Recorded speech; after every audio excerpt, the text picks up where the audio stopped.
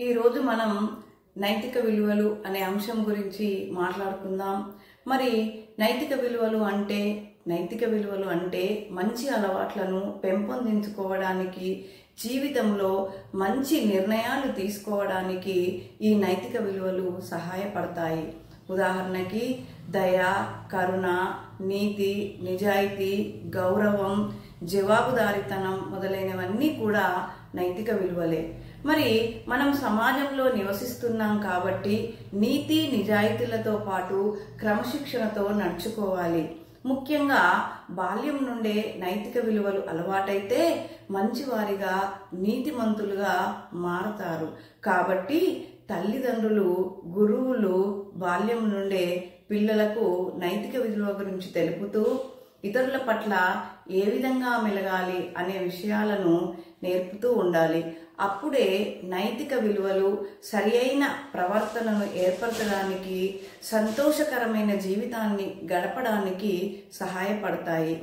మరియు మనం చేసే తప్పుల మధ్య, ఒప్పుల మధ్య తేడాలను గుర్తించడానికి, మంచి ప్రవర్తనకు మార్గం చూపుతాయి. ఇంకా సామాజిక సంబంధాలను మరింత బలంగా మార్చుతాయి.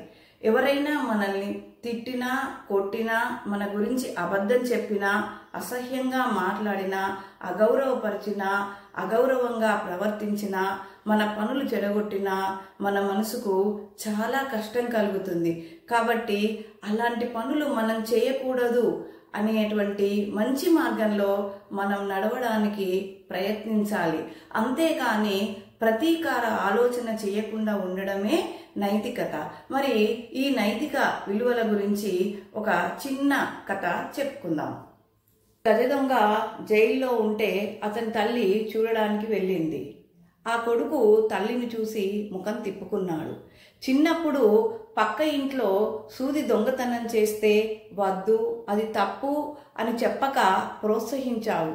దాని ఫలితంగా నేను ఈరోజు గజ దొంగగా మారాను. ఇలా శిక్షను అనుభవిస్తున్నాను. నన్ను బాల్యం నుండే మంచి మార్గంలో నడపకుండా దొంగను చేశావు. ఆనాడే అది తప్పు అని చెప్పి ఉంటే నా పరిస్థితి ఇలా ఉండేది కాదు. నిన్ను చూడను పో అని చెప్పి ఆ గజ దొంగ తల్లి ముఖం చూడకుండా తల తిప్పుకున్నాడు.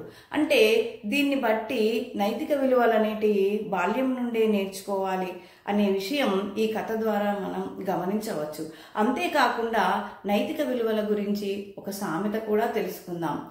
చెప్పుడు మాటల వల్ల చేటు కలుగును, చెడు నడవడికల వల్ల కొంపలు ములుగును. మరి అంతే కదా, చెప్పుడు మాటలు వింటే, ఇతరులు చెప్పిన మాటలు విని గుడ్డిగా నమ్మి అనుసరించడం వలన హాని కలుగుతుందే తప్ప ప్రయోజనం ఏమీ ఉండదు. అలాగే చెడు నడవడికల వల్ల కొంపలు మునుగును అంటే ఇక్కడ చెడు నడవడిక అంటే అతని ప్రవర్తన వలన నైతిక విలువలకు విరుద్ధంగా ప్రవర్తించినచో ఆ వ్యక్తిపై ప్రతికూల ప్రభావం చూపుతుంది. అందుకే చెడు నడవడిక కొంపలను ముంచుతుంది. కాబట్టి మంచి నైతిక విలువలను అలవర్చుకోవాలి అని చెప్పి ఈ సామెత చెప్తుంది. అందుకే మనిషికి గౌరవం కలిగించే విధంగా వేషం, భాష, సంస్కారం, సభ్యత అలవర్చుకోవాలి.